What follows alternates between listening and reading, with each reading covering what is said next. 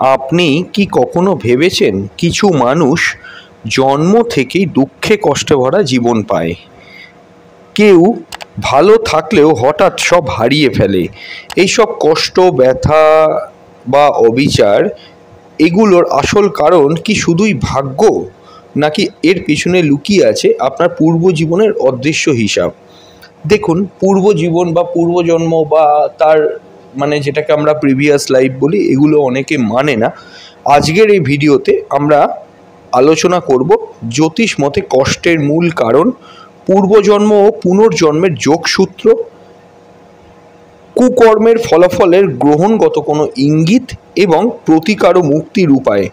খুব interesting video, আপনারা প্রথম থেকে শেষ অবধি দেখুন। একটা জিনিস আশ্বস্ত করতে পারি, যারা অতিরিক্ত দুঃখ কষ্টে আছেন এই ভিডিওটা শোনার পর, তারা একটা স্বস্তি বোধ করবেন, সেই আশা নিয়ে ভিডিওটা করছি। ট্রু সায়েন্টিফিক অ্যাস্ট্রোলজি ইউটিউব চ্যানেলে আপনাদের প্রত্যেককে ওয়েলকাম। প্রথম আমরা আলোচনা করব পূর্বজন্ম, পুনর্জন্ম ও কর্মের তত্ত্ব। দেখুন, যারা হিন্দু ধর্ম বা একটু স্বাস্থ্য সম্পর্কে অবগত আছেন, তারা মোটামুটি করে প্রত্যেকেই জানেন। তাদের উদ্দেশ্যে বলছি, হিন্দু ধর্মে বিশ্বাস করা হয় আত্মা অমর এবং বারবার জন্মগ্রহণ করে। যারা গীতা পড়েছেন দ্বিতীয় অধ্যায়টা দেখুন, সেখানে পরিষ্কারভাবে বলা আছে, যেমন দেহে বাল্য, যৌবন ও বার্ধক্য আসে, তেমনি আত্মা এক দেহ ছেড়ে অন্য দেহ গ্রহণ করে। এই জন্মান্তরের মূল কারণ হলো অসংখ্য কর্মের ফল। একটা মানুষ যখন জন্মালো, জীবন কাটালো, মৃত্যু মুখে পতিত হলো, তারপরে তার সৎকার করে দেওয়া হলো, বডিটাই পুড়ে যায়, আত্মাটা কিন্তু এক দেহ থেকে অন্য দেহে স্থানান্তর হয়। আমরা যা ভোগ করি, একটা জিনিস মনে রাখবেন, সুখ বা দুঃখ সবই পূর্বজন্মের পাপ ও পুণ্যের ফল।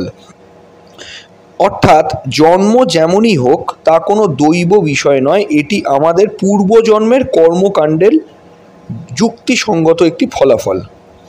আপনি মনে রাখবেন, আজ এই জীবনে যা আপনি কর্ম করছেন, খুব গুরুত্বপূর্ণ কথা বলছি, বা যে কর্মফল পাচ্ছেন, যারা দুঃখ কষ্টে আছেন, জীবনে মনের ইচ্ছে পূরণ হচ্ছে না, অনেক দিন ধরে ছোট থেকেই কষ্টে আছেন, আপনি জেনে রাখবেন পূর্ব জীবনে সেই কাজগুলো কিন্তু আপনি করেছেন, তার ফলটাই কিন্তু পাচ্ছেন।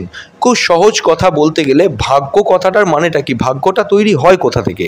আমাদের যে নবম ভাব, আমরা ওখান থেকে তো বলি যে অ্যাস্ট্রোলজিতে 12টা ঘরের মধ্যে নবম ভাব থেকে আপনার ভাগ্যটাকে দেখা হয়। তো ভাগ্য জিনিসটা আসে কোথা থেকে? আপনি দেখুন, আপনি যখন স্কুলে পড়তেন, আপনার সমবয়সী আপনার বন্ধু ছিল, সে খুব সহজভাবে জীবনে কোথায় চলে গেল, আপনি কিন্তু যেতে পারলেন না তার থেকে অধিক মাত্রায় সুযোগ সুবিধে পেয়েও। তো প্রশ্ন হচ্ছে, এই বৈষম্যটা কেন হলো?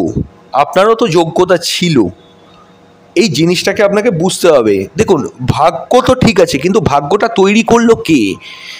একটা অদৃশ্য কিছুই তো তৈরি করছে। তো সেই ব্যাপারটা এখানে আলোচনা করা হচ্ছে। অ্যাস্ট্রোলজিতে বা সায়েন্টিফিক অ্যাস্ট্রোলজিতে কিছু বিশেষ গ্রহ ও তাদের অবস্থান পূর্বজন্মের কষ্ট বা পাপের ইঙ্গিত দেয়।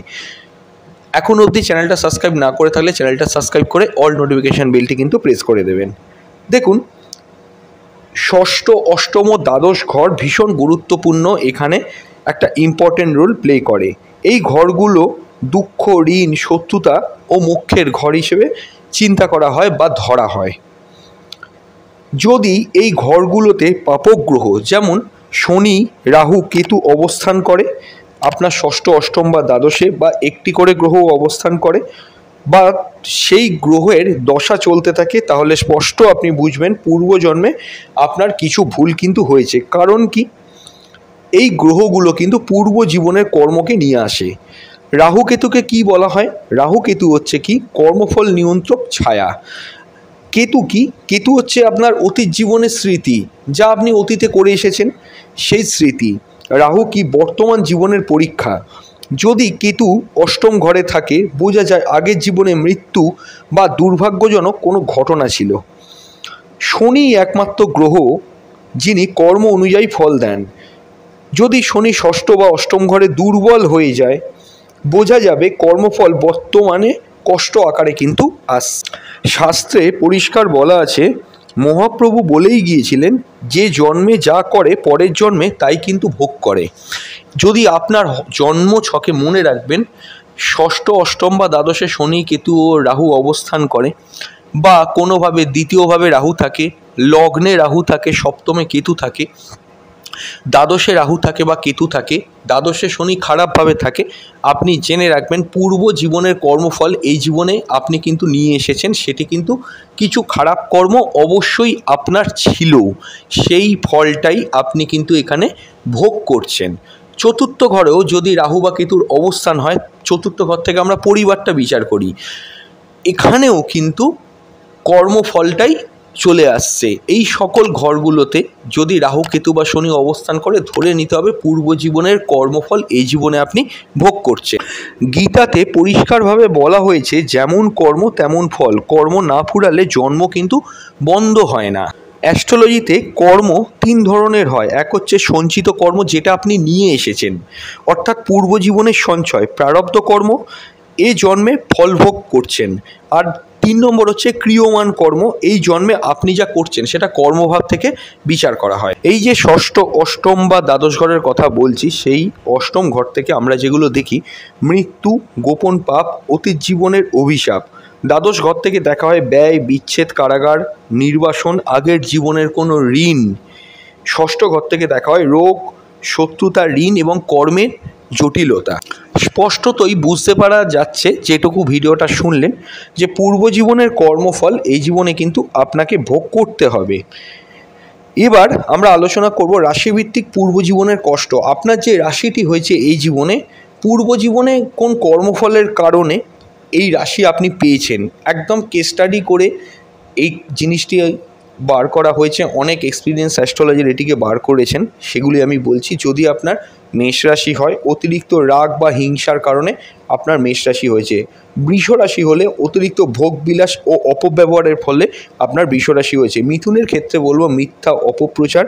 কর্কটের ক্ষেত্রে আবেগের ভুল সিদ্ধান্ত। সিংহ হচ্ছে একটু অহংকার। কন্যা হচ্ছে সমালোচনা বা কুটিলতা। তুলা হচ্ছে প্রেমে প্রতারণা। বৃশ্চিকের ক্ষেত্রে গোপন ষড়যন্ত্র। ধনুর ক্ষেত্রে ধর্মের নামে অপকর্ম। মকরের ক্ষেত্রে নিষ্ঠুরতা। কুম্ভের ক্ষেত্রে সমাজবিরোধিতা এবং মীনের ক্ষেত্রে অতিরিক্ত স্বপ্নময়তা, অর্থাৎ কল্পনার জগতে বসবাস করা। এইগুলির জন্য এই কর্মগুলি আপনি ভুল করেছিলেন বলে আপনি এই রাশি পেয়েছেন। অর্থাৎ বুঝতে পারা যাচ্ছে এই জীবনে যে কর্মটা বা যে জায়গা থেকে আপনি অখুশি হয়েছেন পূর্ব জীবনে, সেই কর্মটাই কিন্তু আপনার জীবনে খারাপ ছিল, সেই ফলটাই কিন্তু আপনি ভোগ করছেন। যদি লক্ষ্য করে দেখবেন, চতুর্থে কারোর কেতু থাকে, মাতৃসুখ থাকে না। আপনি লক্ষ্য করে দেখবেন মাতৃসুখ তার কিন্তু থাকে না। আইদার এইরকমও দেখা গেছে মা অনেক অল্প বয়সে চলে গিয়েছে। দ্বিতীয় হচ্ছে কি, মায়ের সঙ্গে সম্পর্কের অবনতি, মাকে সহ্য করতে পারে না, মায়ের থেকে অনেক দূরে আছে। এই যে জিনিসটি হয়, কেতু বিচ্ছিন্ন করে দেয়। তো প্রশ্নটা হচ্ছে, ওই ব্যক্তিটি চতুর্থভাবে কেতু এলো কেন? আপনার তো সেটা নেই। এর একটাই কারণ, পূর্ব জীবনে মাতৃসুলভ কোনো মহিলার সঙ্গে বা মায়ের সঙ্গে সে কোনো অপব্যবহার করেছিল, এই জীবনে সে সুখটা কিন্তু সে পেল না। ব্যাপারটা ভালো করে বুঝবেন। তো এই জিনিসটি বুঝতে পারা যাচ্ছে। এইবার এখানে প্রশ্ন হচ্ছে, আপনারা কিছু কমন প্রশ্ন আমাদেরকে করে থাকেন, সেই প্রশ্নগুলো এবার আমরা উত্তর দেব। যে প্রশ্নগুলো আপনারা কমেন্ট বক্সে প্রায়শই করেন, কিছু কিছু সিলেক্টিভ প্রশ্ন আমরা উত্তর দিচ্ছি, মন দিয়ে শুনবেন, এটিও কিন্তু খুব ইম্পর্টেন্ট। প্রথম প্রশ্ন, আমি সব ভালো কাজ করি তবুও কষ্ট কেন পাই? উত্তর হলো, এটি আপনার প্রারব্ধ কর্ম, যে কর্ম করে এসেছেন আপনার পূর্বজন্মের করা কিছু ভুলের ফল আপনি এই জীবনে পাচ্ছেন। দ্বিতীয় যে প্রশ্ন, কষ্টের শেষ নেই কিন্তু মুক্তি পাবো কবে? এই প্রশ্নটা আপনারা করে থাকেন। সৎকর্ম ও শুদ্ধ মন নিয়ে এই জীবনেই যদি প্রার্থনা করেন সঠিকভাবে, পরবর্তী জন্মে কিন্তু মুক্তি পাওয়া সম্ভব। 3 নম্বর যে প্রশ্নটি আপনারা করেন, জন্মকুণ্ডলিতে রাহুকেতু স্থিতি বা অবস্থান কি বদলে দেওয়া যায়? দেখুন, অবস্থান কোনোদিনই বদলাতে পারবেন না, কিন্তু ফল যেটা পাচ্ছে রাহুকেতুর জন্য নেগেটিভ প্রভাব, সেটিকে কিন্তু আপনি চাইলে কমাতে পারেন বা হ্রাস করতে পারেন। 4 নম্বর হলো, এই জীবনে কোনোভাবেই কি মুক্তি সম্ভব নয়? হ্যাঁ, সঠিক পদ্ধতিতে জ্যোতিষ বন্ধুর পরামর্শ মেনে আপনার জীবনে যেখানে নেগেটিভ আছে বা সমস্যা আছে, সেই সমস্যাগুলিকে বুঝে আপনি যদি চলতে পারেন, সেই সমস্যার দিকে আপনি না গিয়ে মনকে যদি আপনি মানিয়ে নিতে পারেন। ধরুন, যেটা কেতুর উদাহরণ দিলাম, ওই কেতুর উদাহরণে কি বললাম, যে অতীত জীবনে মাতৃসুলভ কোনো মহিলার সঙ্গে বা মায়ের সঙ্গে আপনি অপব্যবহার করেছিলেন, এই জীবনে তার ফলটা পাচ্ছেন, মায়ের থেকে আপনি দূরে আছেন, মা বিচ্ছিন্ন হয়ে গেছে আপনার থেকে। এইবার এই জীবনে যদি আপনি নিজেকে মোটিভেট করতে পারেন যে আমি পূর্ব জীবনে কর্মের ফলটাই পেয়েছি, এটা আমার প্রাপ্য ছিল, এটি আমি এই জীবনে পাবো না, এই জীবনে আমাকে এটা মেনে নিতে হবে, পরের জীবনে আমি সঠিকভাবে চলবো, এইভাবে নিজেকে মোটিভেট করতে হবে। একেবারেই সোজা কাজ নয়, আমি বলার পরেও বলছি, আমি এখানে বললেও অত সহজ কাজ নয়, কারণ যারা সমস্যায় থাকে তারাই কিন্তু এই সমস্ত সমস্যার যন্ত্রণাটা বুঝতে পারে যে কি সমস্যা ভোগ করছে। অনেকে মানে স্বামী সুখ পায় না, স্বামীর থেকে সুখ পায় না, দেখবেন এরকম প্রচুর লাখ লাখ উদাহরণ আছে। অনেক মহিলারা স্বামীর থেকে সুখ পায় না, তারা কি অতীত জীবনে স্বামীর সঙ্গে কোনো অপব্যবহার করেছিল, সেই ফলটাই তারা এই জীবনে ভোগ করছে। সপ্তমে দেখুন কেতু, সপ্তমে দেখুন রাহু, সপ্তমে দেখুন শনি, শনি কেতু, শনি মঙ্গল, শনি রাহু ডেঞ্জারাস যোগ হয়ে আছে, নাক্ষত্রিক কানেকশানে সাপোর্ট করছে না। জোর করে বিয়ে হলো, বিয়ে হওয়ার পরেও দেখছেন ডিভোর্স হচ্ছে না, মানে কাঁটাটা গলায় আটকে আছে, ফেলতেও পাচ্ছেন না আবার গিলতেও পাচ্ছেন না।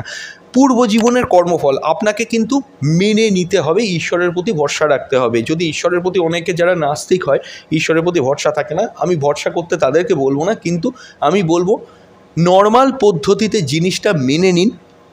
জ্যোতিষ বন্ধুর পরামর্শ নিয়ে দেখুন আপনার কোন দিকটা ভালো আছে, সেই দিকে কনসেন্ট্রেট করুন, বা আদেও সেই সমস্যাটার কর্মফল জন্মছকে কতদিন চলবে সেটাও জেনে নিন। যদি জন্মছকে মুক্তির উপায় থাকে তিনি আপনাকে বলে দেবেন, আর যদি না থাকে আপনাকে কিছুটা কিন্তু সারভাইভ করতে হবে। প্রতিকার কী কাজ করে? আপনার বর্তমান মানসিক অবস্থার সঙ্গে আপনার যে খারাপ জায়গাটা চলছে সেই খারাপ জায়গার একটা মেলবন্ধন করায়, এর বেশি কিছু করায় না। কিছু কিছু জিনিস প্রতিকার করে খণ্ডন করে দেওয়া যায়, আবার কিছু কিছু জিনিস সারা জীবন আপনাকে ভোগ করতেই হবে এখানে, এটা কিন্তু মাথায় রেখে দেবেন। আরও একটি প্রশ্ন বলবো, কিছু মানুষ প্রশ্ন করে আমি তো কাউকে কষ্ট দিইনি, তাহলে আমি কেন কষ্ট পাচ্ছি? এটার উত্তর হলো আপনি আইদার ভুলে গিয়েছেন, নয়তো আপনি সেই কাজ এই জন্মে করেননি, পূর্ব জীবনে করে এসেছেন, তার ফলটা ভোগ করছেন। মুক্তির উপায় কি? মুক্তির উপায় তো অলরেডি আপনারা বুঝতেই পাচ্ছেন আমি কি বললাম, সেইভাবে আপনাদেরকে চলতে হবে। এইবার প্রশ্নটা হলো, আপনি আজ যা পাচ্ছেন তা হয়তো আপনি চেয়েও পাননি, তবে তা আপনি কখনো না কখনো নিজের হাতেই লিখে এসেছেন পূর্ব জীবনে। অ্যাস্ট্রোলজি আমাদের শুধুই ভবিষ্যৎ বলে যে তা না, সে আমাদের অতীতকেও কিন্তু স্মরণ করিয়ে দেয়। জ্যোতিষশাস্ত্রের থেকে বা অ্যাস্ট্রোলজি থেকে আপনি তখনই সাহায্য সঠিকভাবে পাবেন যখন সাবজেক্টটাকে আপনি বুঝতে পারবেন। অ্যাস্ট্রোলজি মানে এটা না যে আপনার জীবনে সমস্যা আছে, জ্যোতিষ বন্ধুর কাছে নিয়ে গেলেন, সে একটা প্রতিকার প্রতিবিধান করে দিল, ব্যাস আপনি পড়লেন, আপনার সমস্যার সমাধান হয়ে গেল। না, সাবজেক্টটাকে ভালো করে বুঝতে হবে। আমি প্রতিটা ভিডিওতে এই কথাটা বলে আসি, যাতে আমরা বর্তমানকে বদলে আগামীর পথ উজ্জ্বল করতে পারি। এরকমও সাধারণভাবে দেখতে পাওয়া যায়, ধর্মের প্রতি এই জীবনে প্রচুর বিশ্বাস, কিন্তু সময়টা তাদেরই যেন বেশি খারাপ। এটারই একটাই কারণ, এতটাই কর্মফল খারাপ ছিল, গ্রহগত সেই রকম কানেকশান হয়েছে বলে এই জীবনে আপনি সেই কর্মফলটা ভোগ করছেন। এটা আপনাকে মেনে নিতেই হবে। এই জীবনে যে ব্যক্তিরা যে সমস্ত সমস্যার মধ্যে জর্জরিত হয়ে গেছে, সেই সমস্যাটা সে আগের জীবনে কারোর প্রতি করেছিল বা কোনো ভুল কাজ করেছিল, সেই ফলটা এই জীবনে সে পাচ্ছে। এইটা যেদিন আপনি বুঝে নিয়ে নিজের মনকে মানিয়ে নিতে পারবেন, আপনি দেখবেন আপনার জীবনে কিন্তু কর্মফল শুদ্ধি হবে। কর্মফল শুদ্ধি হলে আপনার জীবনও কিন্তু অনেক পরিবর্তিত হবে, এবং বাদবাকি জীবনটা, এই জীবনে যে কদিন থাকবেন আপনি ভালোভাবে থাকতে পারবেন, পরের জীবনটা আপনার কিন্তু ভালো কাটবে। শুক্র নিচস্থ হওয়া, মঙ্গল নিচস্থ হওয়া, রাহুর দ্বাদশে থাকা, কেতু ষষ্ঠে থাকা, সপ্তম ঘরে কেতু, রাহু, মঙ্গল, শনি, এই যে কানেকশানগুলো তৈরি হয়ে যায় পূর্ব জীবন থেকেই কিন্তু এগুলি বহন করে নিয়ে আসে। পূর্ব জীবনে কর্মের ফলস্বরূপ এই জিনিসগুলো এই জীবনে ভোগ করতে হয়। তো এই সকল জায়গাগুলোকে বুঝতে হবে। অ্যাস্ট্রোলজির থেকেও আধ্যাত্মিকতায় বা মেডিটেশন বা মানসিক প্রশান্তির জন্য যে যে জিনিসগুলো করা উচিত, হ্যাঁ আপনি মন্দিরে যান, পুজো দিন, আমি সেখানে অবস্ট্রাকেল করছি না বা বারণ করছি না, কিন্তু মনে রাখবেন কর্মফল আপনাকে ভুগতেই হবে। তো জ্যোতিষ বন্ধুরা এই হেল্পটাই আপনাকে করবে যে সঠিক পথে আপনি থাকুন। আপনার জীবনে ভুলটা কোথায় হয়েছে, কি কি জীবনে আপনি পাবেন না, কি কি পাবেন, যে যে জিনিসগুলো পাবেন না মনকে বোঝান, আর যে যে জিনিসগুলো পাবেন সেটি নিয়ে থাকুন, এবং যে যে জিনিসগুলো এখন আপনি পাচ্ছেন না পরবর্তীকালে কখনো পাবেন কিনা সেটিও জেনে নিন, সেই অনুযায়ী নিজেকে প্রিপেয়ার করুন, তাহলে আপনারা ভালো থাকতে পারবেন। ভিডিওটা কেমন লাগলো নিচে কমেন্ট বক্সে জানিয়ে যাবেন। নতুন হলে চ্যানেলটা সাবস্ক্রাইব করে অল নোটিফিকেশান বেলটি কিন্তু মনে করে প্রেস করে দেবেন। অবশ্যই কিন্তু আগামী জীবনকে সুন্দর করার পথে হেঁটে চলুন, আমাদের সঙ্গে যুক্ত থাকুন। নমস্কার।